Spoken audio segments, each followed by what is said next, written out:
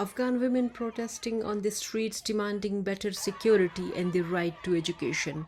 The latest protest in Afghanistan began after last week's suicide attack on an education center in Kabul that killed more than 50 people, most of them schoolgirls.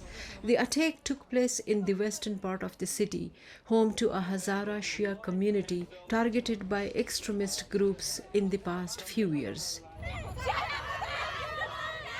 Protesters say they are raising their voice to seek justice for the attack victims and the reopening of girls' secondary schools.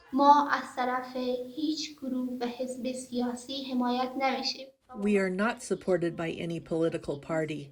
We are not against any political group.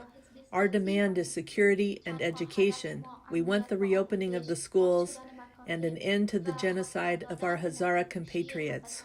This is not the first time Afghan women have protested for their rights after the Taliban took over and imposed repressive measures against women. 36-year-old Afghan activist who has taken part in women's protests in Kabul says that all too often they protest alone.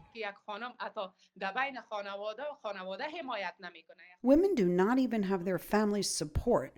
When we protested, even our relatives did not stand with us.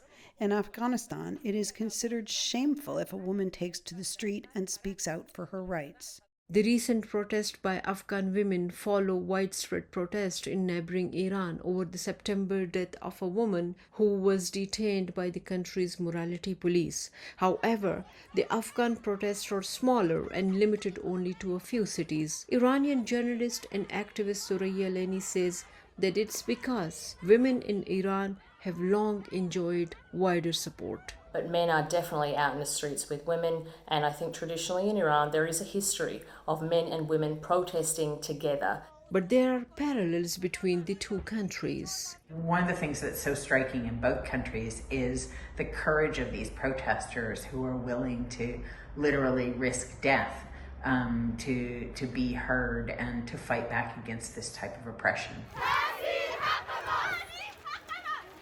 Barr says that women in both countries are facing regimes demonstrating willingness to enforce this subjugation of women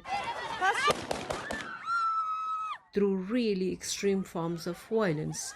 Nazrana Ghaffar Yousufzai, VOA News, Washington.